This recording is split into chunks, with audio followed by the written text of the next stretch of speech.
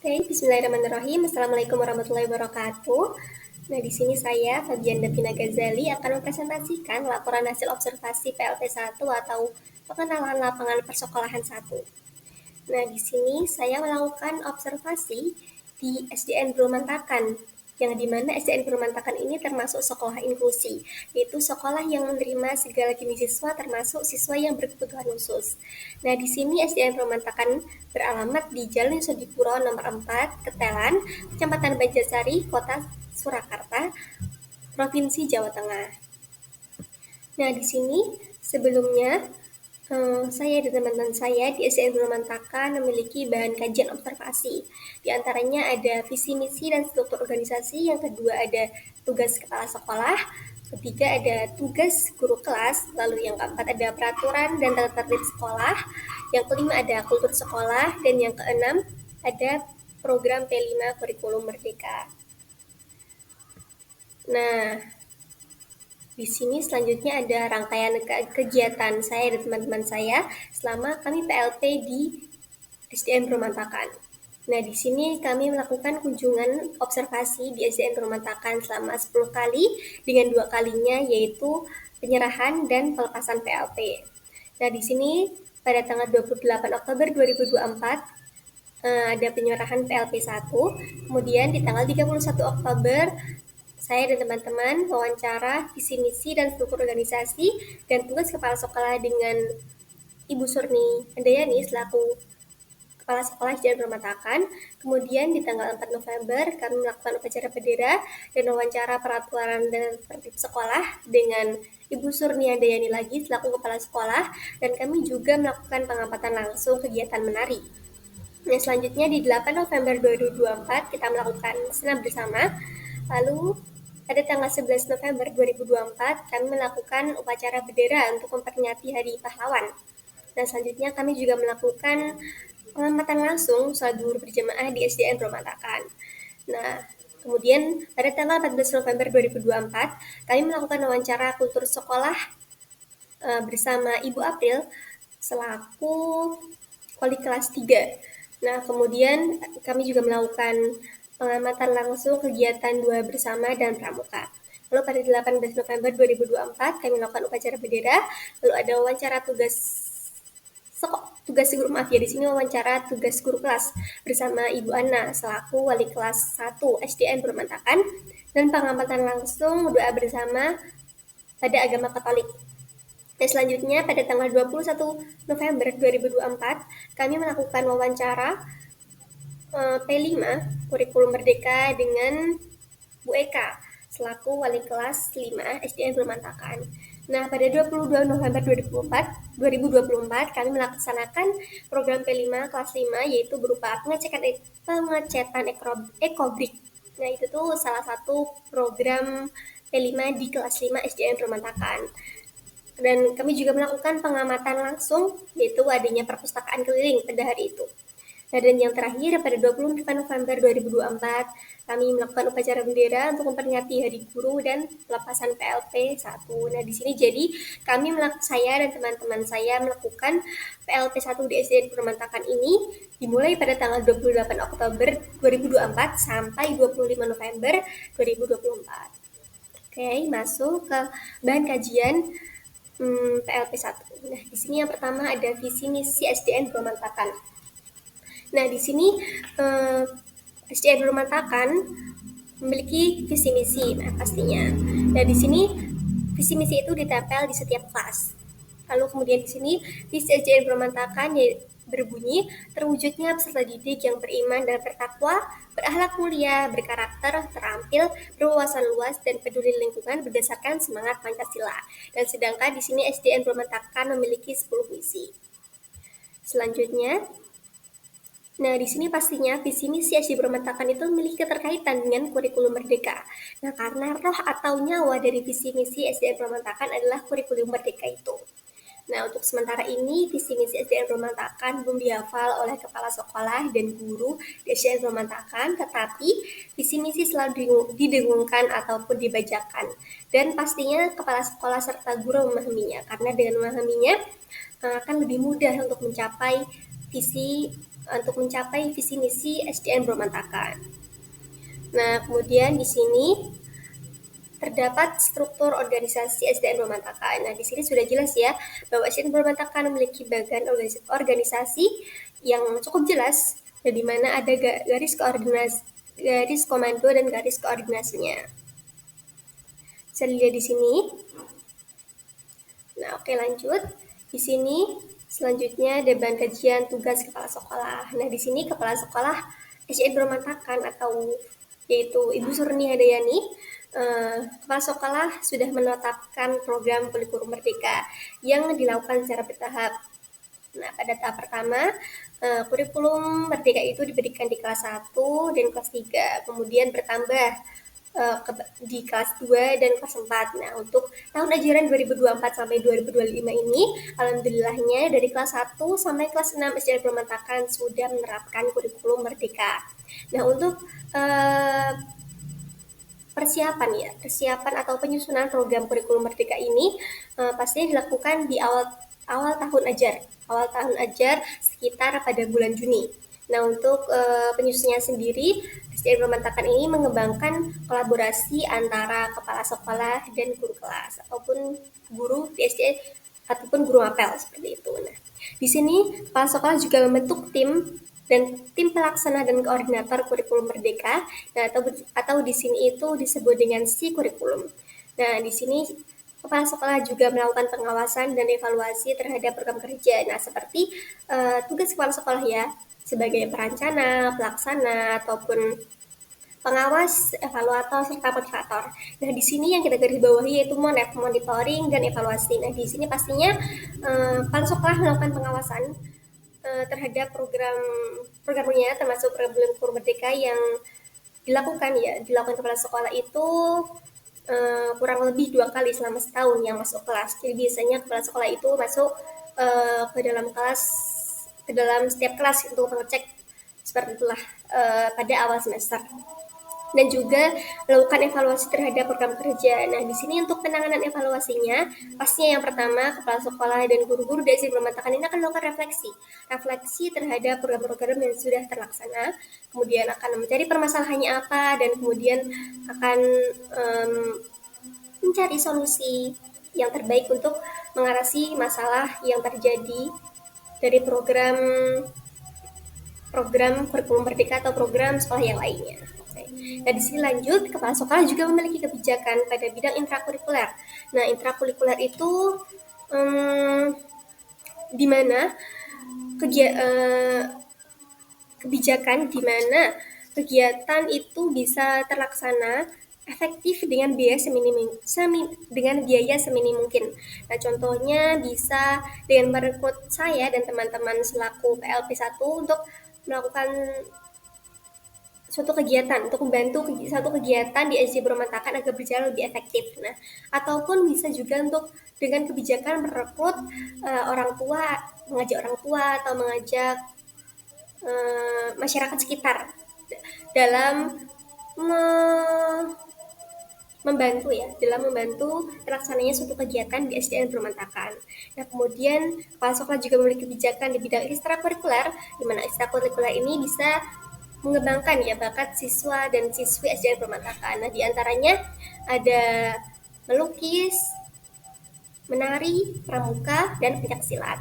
Dan yang terakhir ada bidang P5 kebijakan di bidang P5. Nah, P5 ini termasuk salah satu kegiatan co-kurikuler. Nah, di mana adanya program P5 ini bisa untuk membentuk pribadi siswa yang berpancasila seperti itu. Nah, program P5 ini juga memiliki puncaknya puncak dari satu tema P5 itu di SD Berontakan ini dinamakan dengan diadakannya gelar karya. Nah, kemudian tugas kepala sekolah yang lain yaitu mengatur administrasi keuangan, administrasi pegawai, dan hubungan sekolah dengan masyarakat. Nah, contohnya untuk mengatur administrasi keuangan ini dengan diadakannya secara transparan dan akuntabel ya. Nah, di sini untuk administrasi keuangannya dengan mengatur dana bos bantuan operasional sekolah, yang biasanya itu dilakukan rapat di awal tahun. Nah, di sini untuk jangkanya itu dari Januari sampai Desember. Nanti waktu di akhir tahun akan diadakan rapat RKHS atau rencana rencana kegiatan dan anggaran sekolah. Nah, itu tuh biasanya untuk sebagai sistem informasi yang membantu sekolah dalam mengelola dana BOS atau dana bantuan operasional sekolah. Oke, lanjut. Nah, di sini ada tim kurikulum Merdeka atau yang tadi disebut dengan si kurikulum. Nah, di sini di SDN Permatakan itu diketuai oleh Bu Hanifah, nah kemudian dibantu oleh Bu Eka, Bu Endang, dan Bu Parni. Nah, lanjut. Selanjutnya ada bahan kajian yang ketiga, yaitu tugas guru kelas. Nah, tugas guru kelas di sini kami wawancara dengan Bu Ana, yaitu wali kelas 1. Dan di sini tugas guru bisa kita lihat yaitu menyusun program tahunan atau prota dan program semester atau promes. Nah, di sini itu prota dan promes adalah pemetaan dalam mengalokasikan materi-materi pembelajaran. Nah, bedanya apa? Kalau prota itu secara umum, sedangkan promes itu secara mendetail, lebih mendetail dari prota. Nah, selanjutnya ada guru kelas juga menyusun alat tujuan belajar atau ATP. Nah, di mana ATP ini adalah isi dari CP atau spesifikasi dari CP yang kemudian disesuaikan dengan kondisi kelas di setiap kondisi kelas masing-masing seperti itu. Nah, kemudian juga guru membuat modul ajar yang dimana pastinya sehari sebelum pembuatan modul itu guru melakukan asesmen awal atau diagnostik, yaitu dengan melihat kondisi kelas. Terlebih SDN Permantakan ini sekolah inklusi, jadi di mana guru kelas harus bisa mengkoordinir, guru kelas harus bisa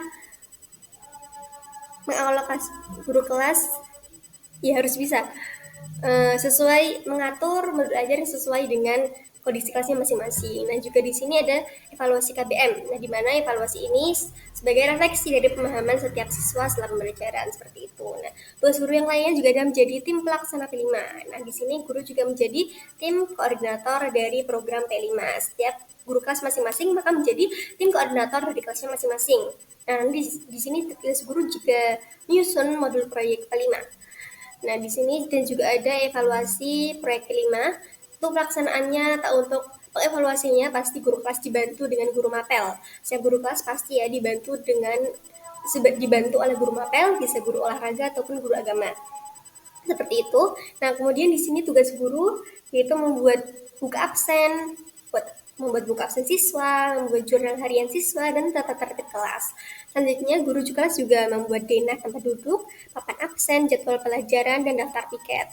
Nah, selanjutnya guru kelas juga memiliki catatan kemajuan hasil belajar siswa. Seperti itu. Nah, lanjut pada bahan kajian yang keempat, yaitu peraturan dan tata tertib sekolah. Nah, di sini SDN Permatakan memiliki tata tertib sekolah secara umum yang diletakkan di kelas 5, yaitu di lantai 2 ya tepatnya. Nah, di sini juga terdapat tata tertib guru dan tenaga kependidikan yang diletakkan di depan kantor guru, seperti itu.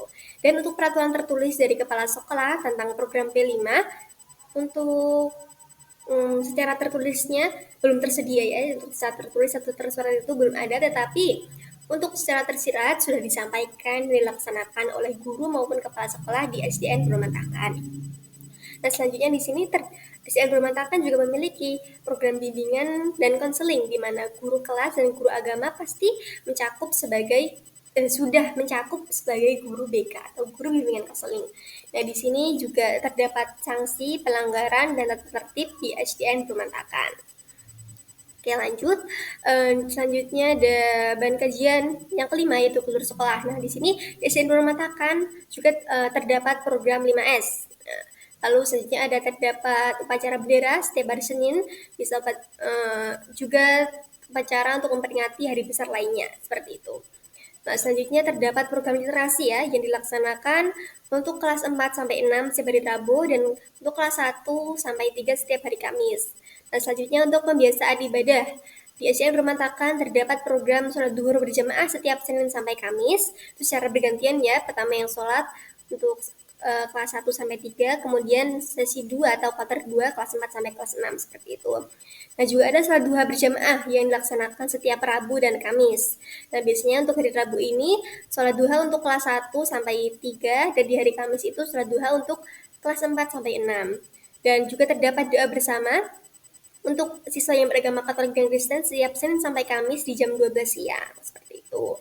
Nah, di SDN Berontakan juga terdapat program rapi berseragam, terutama pada hari Senin. Nah, di sini jadi setiap guru pasti mengecek lengkap saat upacara berlangsung, dan apabila terdapat siswa yang tidak rapi dalam berseragam atau ada atribut yang kurang seperti itu, biasanya dijadikan satu baris, kemudian nanti setelah upacara selesai maka mereka akan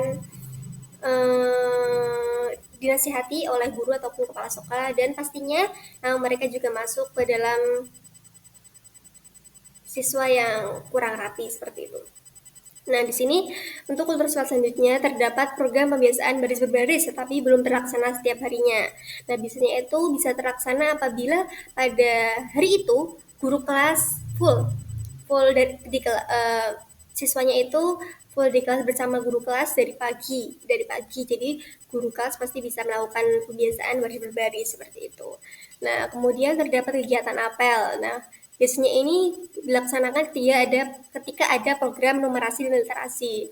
Nah, untuk dulu di sekolah yang lama, SDN Permatakan itu tidak melakukan upacara bendera, jadi mereka lebih menggunakan apel karena memiliki kondisi yaitu kurangnya lahan. Nah, untuk sekarang di sekolah yang baru, alhamdulillahnya bisa melakukan upacara setiap Senin, namun tetapi apel menjadi jarang. Nah, biasanya apel itu dilaksanakan atau kerapnya, ketika ada program numerasi ataupun literasi seperti itu.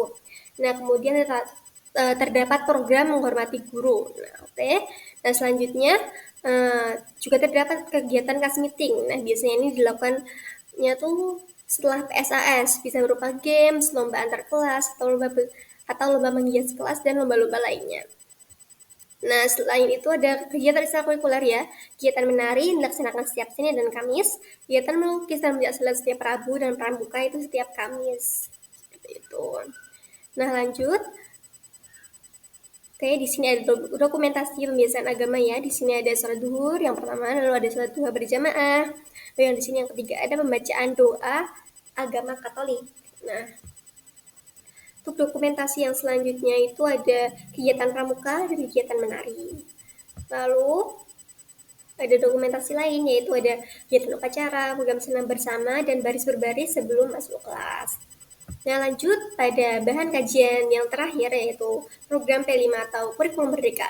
Nah, di sini SDN Permatakan memiliki dokumen tertulis program P5 dan tim koordinator untuk mengolah program P5. Nah, di sini untuk koordinatornya yang sudah saya katakan seperti yang sebelumnya, bahwa tim koordinator itu adalah guru kelas di setiap kelasnya masing-masing, seperti itu. Nah, kemudian juga terdapat dokumen pemetaan dimensi, tema, dan alokasi waktu proyek yang akan dilaksanakan dalam satu tahun, misalnya dalam satu tahun.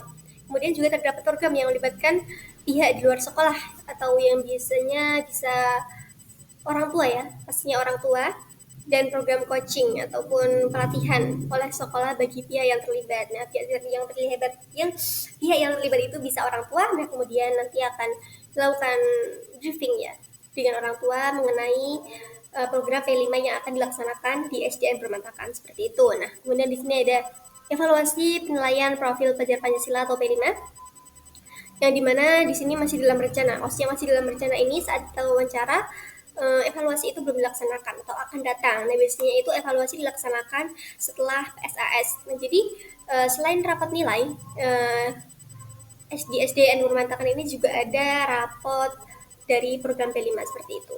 Nah, di sini juga terdapat rapat paguyuban yang dilaksanakan setiap bulan. Nah, contohnya untuk kelas 5 itu rapat paguyubannya di hari Rabu setiap minggu kedua.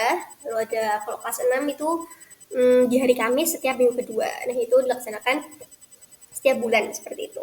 Nah, lalu yang terakhir terdapat program parenting bagi orang tua siswa. Nah, untuk di SDN Bermatakan ini terakhir melakukan program parenting yaitu pada tahun ajaran sebelumnya, yaitu 2023 sampai 2024 di SDN di sekolah yang lama. Nah, untuk tahun ajaran 2024 sampai 2025 ini belum dilaksanakan, dan kemungkinan program parenting ini akan dilaksanakan setelah PPDB pada tahun ini, tahun 2025. Oke, nah selanjutnya di sini ada tentang tim pelaksana P5. Nah, di sini guru kelas menjadi tim pelaksana, di mana guru kelas dalam tim pelaksana ini sebagai koordinator di kelas masing-masing. Nah, contohnya pada semester 1 tahun ajaran 2024-2025 ini, SDN Romantakan memilih tema P5 yaitu gaya hidup berkelanjutan. Nah, di sini yang memiliki subtema pengolahan sampah plastik. Nah, di sini seperti ini contohnya, di sekolah mengambil tema P5 yaitu gaya hidup berkelanjutan. Nah, kemudian disetujui subtemanya, yaitu subtemanya ada pengolahan sampah plastik, yang dimana di sini guru kelas akan menyesuaikan pengolahan sampah plastik seperti apa yang sesuai dengan kondisi kelas masing-masing dan kemampuan peserta didik masing-masing. Nah, untuk pelaksanaannya seperti yang saya bilang sebelumnya, bahwa guru kelas itu tetap dibantu oleh guru mapel, bisa guru agama dan guru olahraga. Nah, jadi guru kelas selaku koordinator akan memilih ya program apa yang sesuai dengan kondisi kelasnya dan kemampuan peserta didik di kelas masing-masing. Contohnya di kelas 5, mereka itu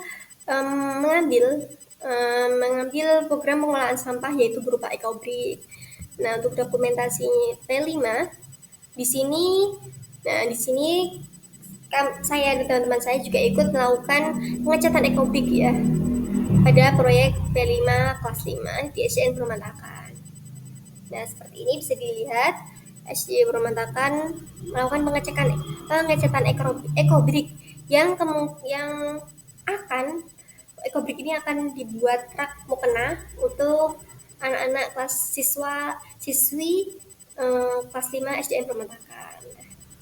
Alhamdulillah kita selesai ya di pengenalan